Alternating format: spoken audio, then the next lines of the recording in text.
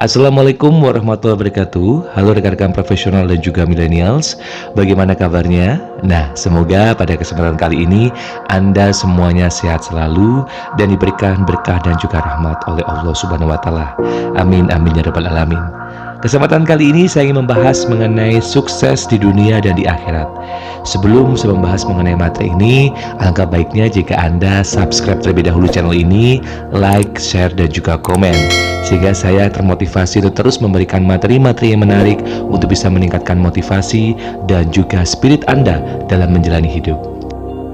Nah, kalau kita berbicara mengenai sukses di dunia dan di akhirat, apapun yang kita lakukan selama di dunia tentu menginginkan agar bisa sukses di kehidupan.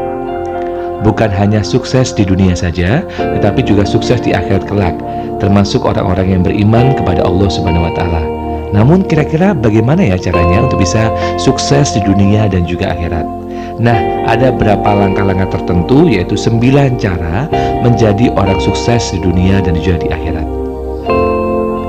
Yang pertama adalah memahami arti dari sukses yang sebenarnya. Apakah orang sukses adalah orang yang terkenal, atau memiliki banyak harta, atau memiliki kekuasaan yang sangat kuat? Nah, hal tersebut bisa jadi bagi sebagian orang adalah tolak ukur dari sebuah kesuksesan.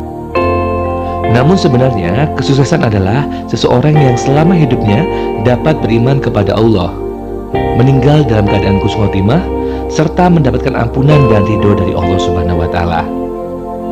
Allah Subhanahu wa taala berfirman dalam surat Al-Mu'minun ayat 1 yang berbunyi, "Sesungguhnya beruntunglah orang-orang yang beriman." Dan dalam surat Ali Imran ayat 102 Allah berfirman, "Wahai orang-orang yang beriman, bertakwalah kepada Allah dengan sebenar-benarnya takwa, dan janganlah kalian mati melainkan dalam keadaan muslim atau berserah diri." Lantas yang kedua adalah kita berbicara mengenai menguatkan keimanan. Sebagaimana disinggung dalam poin yang pertama, keimanan merupakan salah satu indikator kesuksesan seseorang di dunia maupun di akhirat. Secara lebih gamblang, Allah menjelaskan tentang keimanan dalam surat Al-Mu'minun ayat 1 sampai ayat 11. Kemudian banyak menolong dan bersedekah. Kekuatan manusia dalam bekerja dan berusaha sangatlah terbatas. Untuk itu, salah satu cara menjadi orang sukses di dunia akhirat adalah dengan mencari pertolongan dari Allah. Selain itu, kita juga harus banyak berinfak di jalan Allah yang bisa diwujudkan dalam bentuk bersedekah atau berwakaf. Kita sambung lagi ya rekan-rekan profesional dan juga millennials. Kita masuk ke poin yang keempat, yaitu memiliki disiplin waktu yang baik. Tidak diragukan lagi, seseorang yang sukses tentunya harus memiliki disiplin waktu yang baik. Islam sendiri telah mengajarkan dan juga melatih pemeluknya untuk selalu berdisiplin waktu.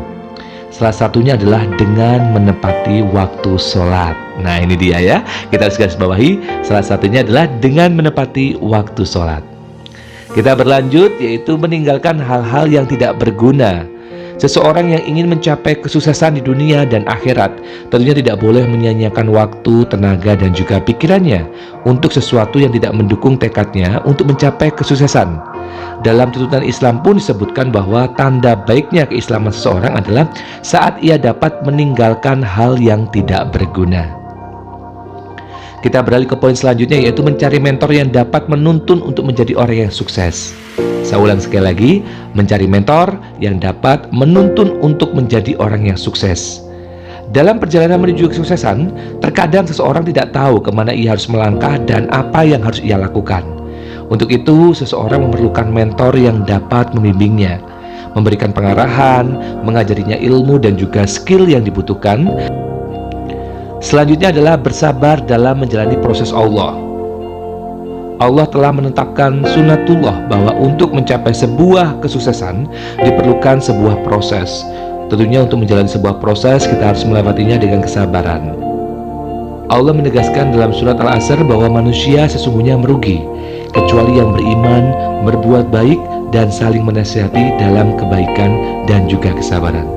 Lebih lanjut lagi, Allah memerintahkan kita untuk meminta pertolongan dengan sabar dan juga sholat. Selanjutnya kita akan membahas mengenai tidak menzolimi orang lain. Menjadi bangkrut tentu bukanlah tujuan orang yang berusaha menjadi sukses. Lalu apakah definisi dari orang bangkrut? Dalam sebuah hadis Rasulullah SAW menjelaskan bahwa orang bangkrut adalah orang yang banyak menzolimi orang lain. Dan yang terakhir adalah makan dari harta yang halal. Jika ingin sukses di dunia dan juga di akhirat, jauhilah harta haram. Jangan makan dengan cara mencari keuntungan dari membuka aib orang lain, atau bahkan bermain judi, memakan riba, apalagi korupsi, dan mencuri.